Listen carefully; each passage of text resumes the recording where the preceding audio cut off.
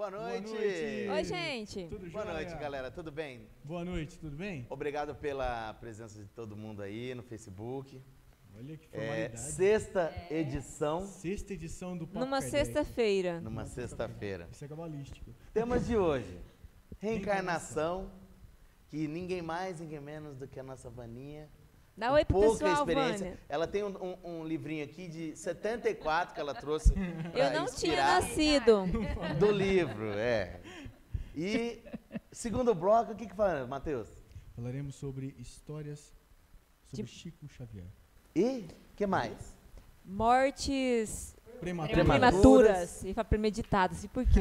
Prematuras. Prematuras. Bom, mas primeiro bloco, estamos aqui com a nossa Vânia, trabalhadora da casa, que veio aqui nos presentear com a sua presença, né?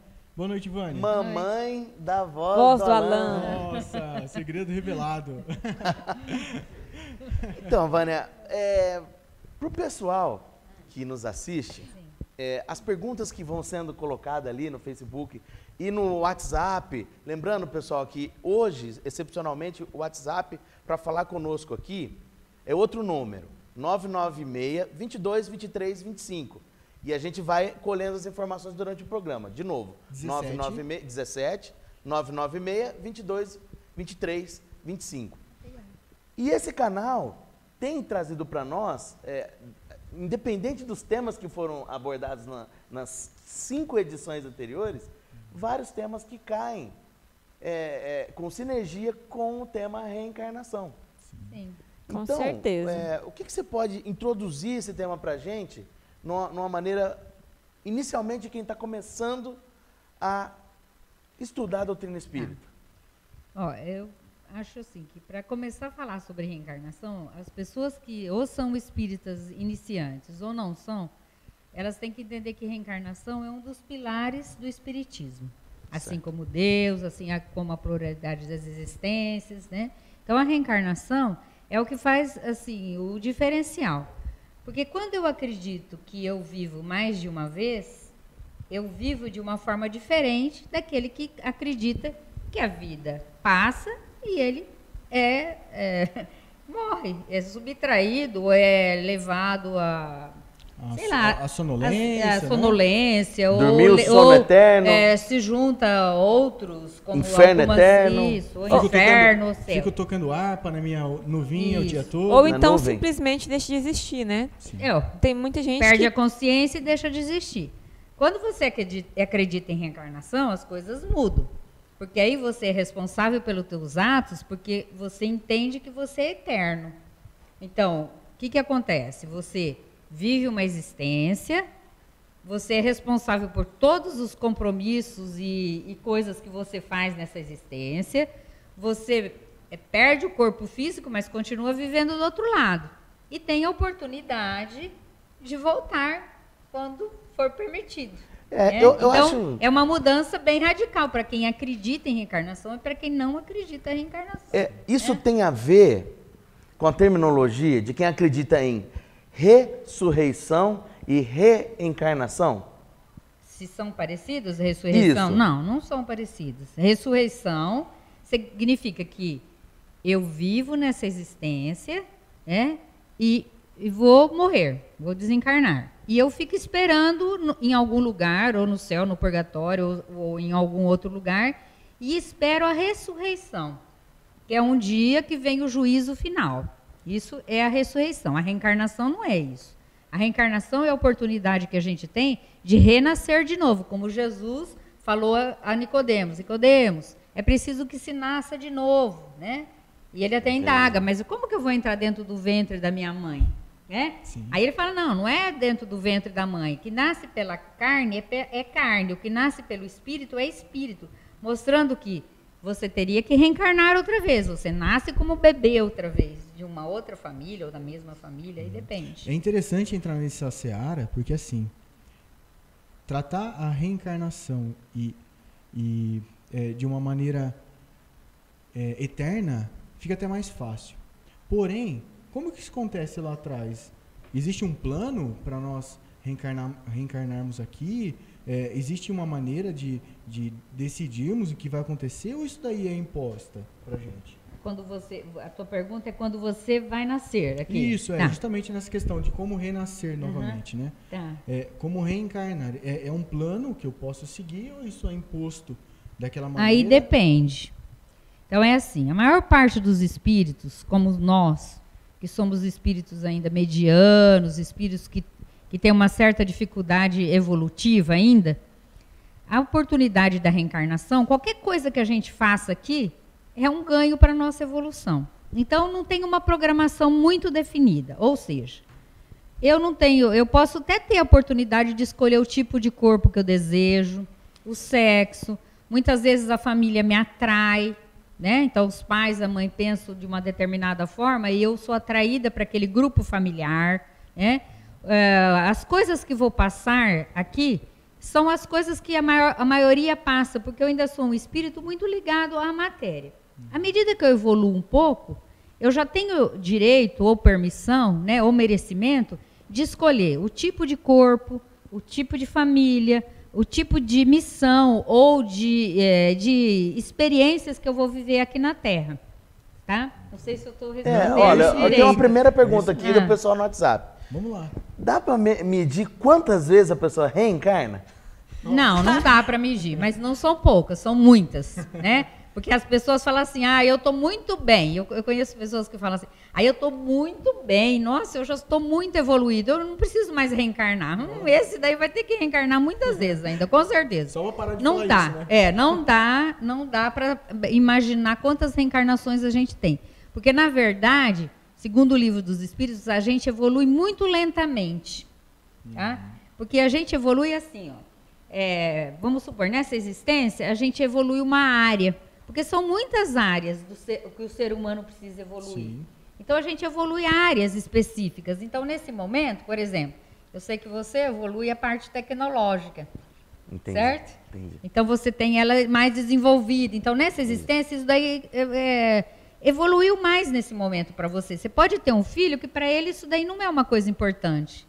Então, ele evolui, por exemplo, a ciência, a música, ou sei lá o quê, a afetividade, ou as emoções, Sim, né? sim. Então, conforme as reencarnações servem para isso mesmo, para a gente estar Para se aprimorar, né? se aprimorando, isso se mesmo. aprimorar. E não é só a gente. Eu estou falando muito. Não, Não. que isso? Não é só a gente, são dúvidas também. não é só a gente que evolui.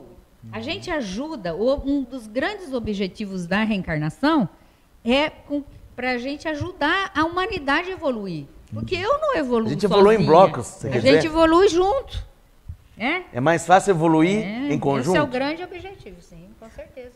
Para resumir, então, a gente vai reencarnando até um dia todas as áreas estarem evoluídas. Aí a gente nunca mais reencarna? Aí a gente muda de mundo, né?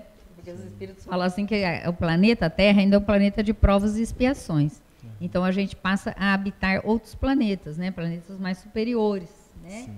E que tem outras possibilidades. A gente não tem ideia, assim como, vamos fazer um comparativo, assim como antigamente, se a gente falasse assim, eu vou ligar para uma pessoa, tá? Eu vou falar assim, mais para trás, eu vou ligar para uma pessoa, discar um número e a pessoa vai atender lá do outro lado e eu vou conversar com ela. Se eu falasse isso para minha bisavó, ela ia falar, você está maluca. Né? Se eu falo isso hoje para o meu sobrinho, neto, que eu discava o telefone, esperava a telefonista ligar para São Paulo, por exemplo, né? A tecnologia, ele fala assim, você está brincando, tia Vânia. Né? Por quê? Porque para ele a tecnologia, ele não só fala, ele vê, ele conversa, ele manda foto, ele interage, ele joga sentimento através dos coraçõezinhos, etc. Então, entender que é evolução para nós é como se fosse a nossa bisavó, que hoje já deve estar reencarnada, né? Como nossos filhos, nossos netos, não sei, mais evoluído que a gente nessa área, né? Então, Entendi. não dá para falar assim. Por isso que as crianças já pegam um tablet com 3 anos e já sai passando o dedinho. Sim. Caiu uma pergunta aqui, pessoal, que eu achei bem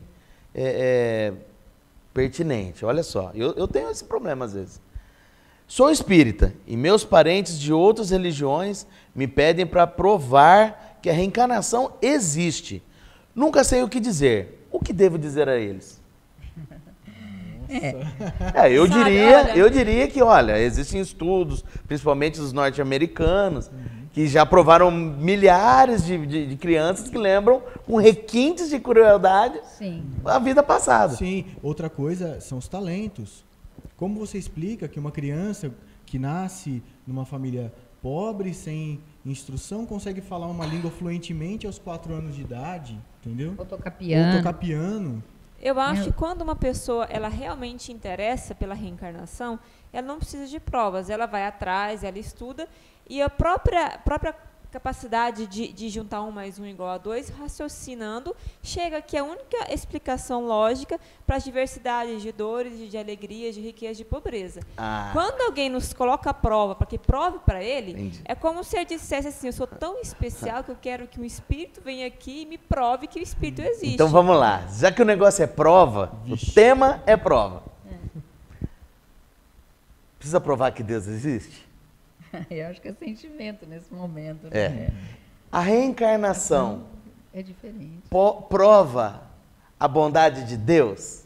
Sim, com certeza. Por quê? A bondade e a Vamos justiça, né? Não tem Bondade e como separar justiça? as duas. Sim. Vamos lá. A oportunidade Quem que ele começa? nos dá. A pergunta é essa.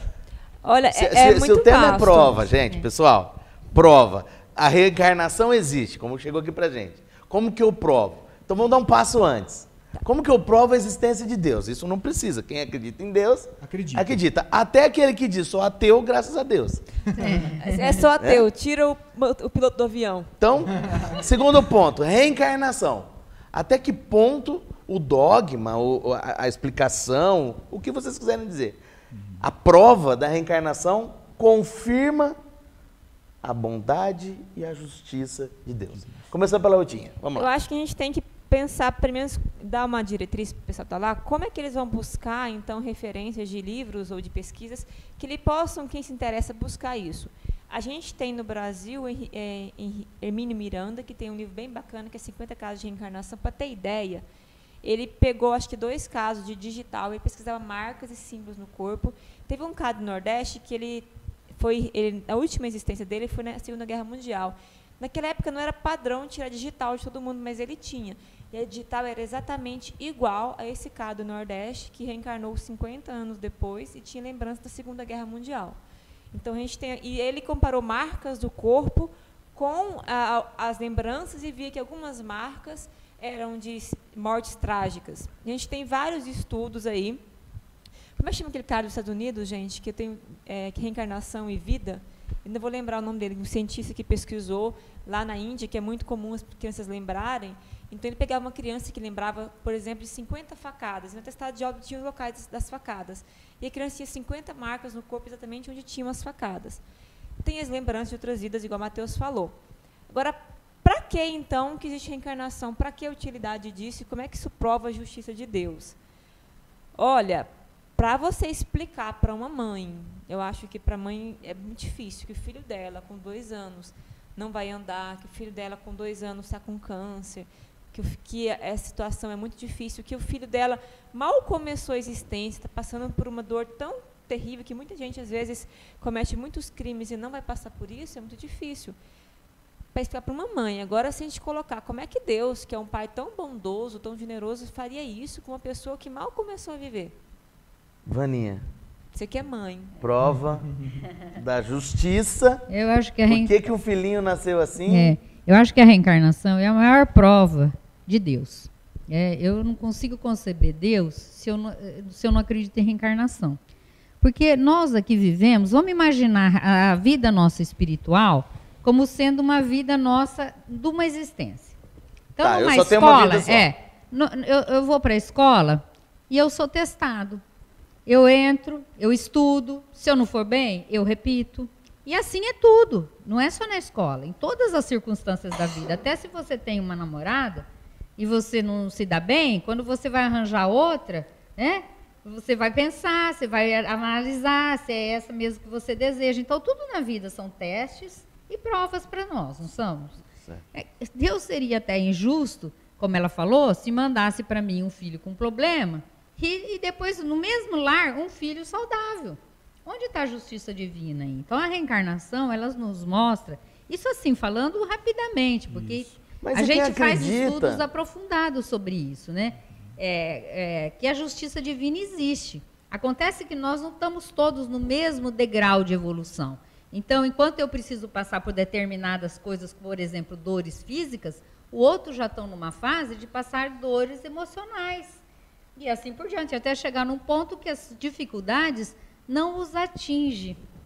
Né? Então, não sei. Isso não está certíssimo. Inclusive, até falando sobre a prova da existência, da reencarnação, a prova do amor e justiça divina, eu acredito que a reencarnação para nós, acima de tudo, é uma prova de amor do Pai e uma ótima oportunidade de nós virmos para cá e fazermos tudo diferente daquilo que fizemos nas encarnações passadas. Aí o Rodrigo já está me olhando e falou assim, mas como que a gente vai lembrar sobre isso? A cara dele. Bom, eu acredito que é assim, você não lembra da totalidade dos fatos, mas no teu interior você sente aquelas inquietações que te afligiam na vida anterior e nessa vida acaba se exteriorizando de uma forma ou de outra. A Ruth citou alguns casos aqui, há pessoas que morreram, que têm sinais no corpo e tudo mais. Eu viria também a reencarnação como uma forma de nós aproveitarmos o que é o de melhor em nós, entendeu? Aquilo que nós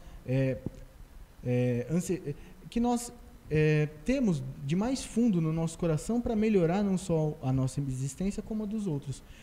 Como, por exemplo, aquelas pessoas que, como eu citei, nascem com dom para música, dom para poesia, enfim, N dons que no lar acaba se transformando em benefício para todos. Esse dom, na verdade, nada mais seria do que uma pessoa que já treinou muito em vidas passadas, por exemplo, piano, e como ele já aprendeu e toda a vida ele tem o piano, ele treina, estuda e aprende, nada mais justo do que nessa próxima vida ele ter uma facilidade maior porque ele se empenhou mais em a aprender. Facilidade, não é a lembrança. O que fala para aquele pessoal, né?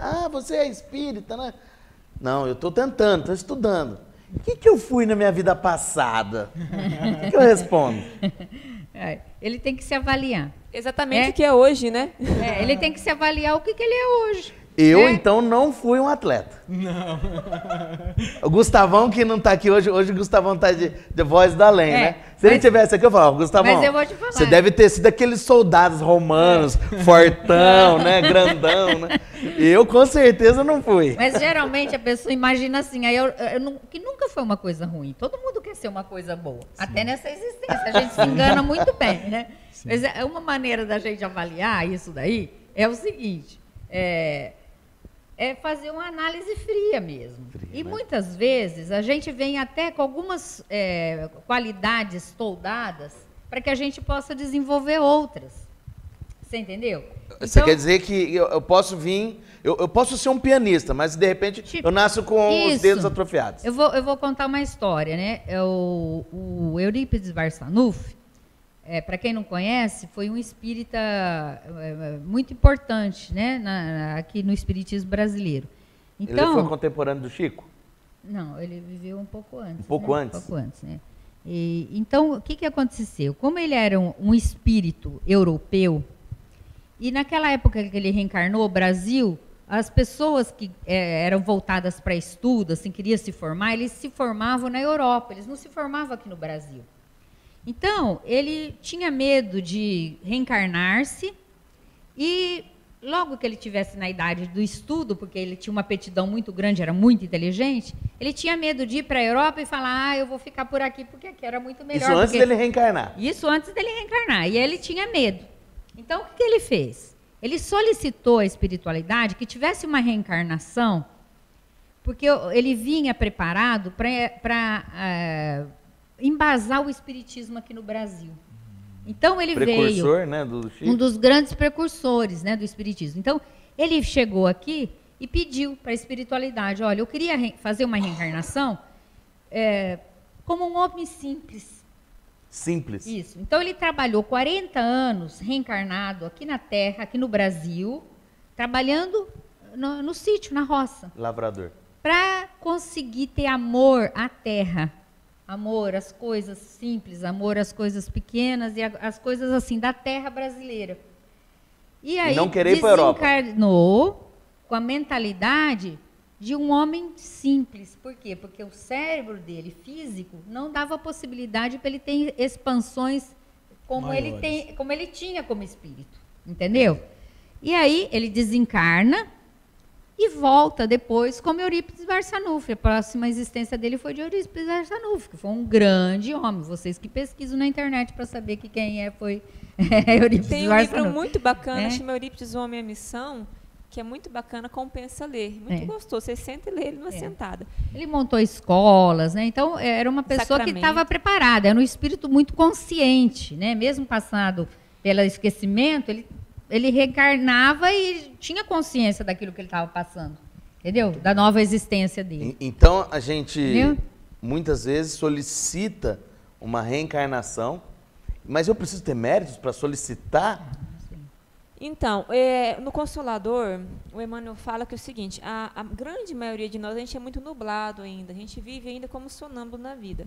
Então, a grande maioria, a gente tem que ter alguém mais sábio que a gente, igual um professor, igual um pai, uma mãe, que vai lá e direciona para reencarnar. Então, escolhe algumas coisas, porque a gente não tem sabedoria e acaba escolhendo errado. Agora, alguns que já conseguiram, igual a Vânia falou, um degrau acima, tem o mérito de estarem escolhendo alguns detalhes. E quem tem muito mais mérito ainda, aí planeja a vida inteira. Para quem eu acho que quer ter uma curiosidade maior em ensinar isso, eu indico muito os Missionários da Luz, capítulo 12 e 13. Para mim são fabulosos, tem aula até em PDF, lá com as imagens maravilhosas. Então, compensa muito. Lá fala do Instituto de Reencarnação, que lá se estuda e se planeja a reencarnação durante muito tempo. Sim.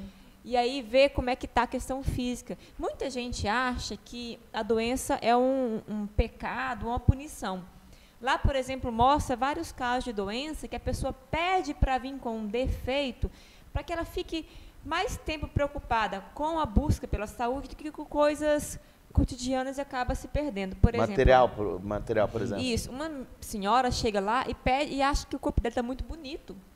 Ela fala assim, não vai dar certo. Eu quero uma tireoide alterada, eu quero ir para o tireoidismo, porque eu vou ficar gordinha, eu vou ter que ir no médico sem ter atividade física, e aí eu vou me ocupar com coisas que úteis e que vão, de certa forma, podar que eu acabe errando de novo.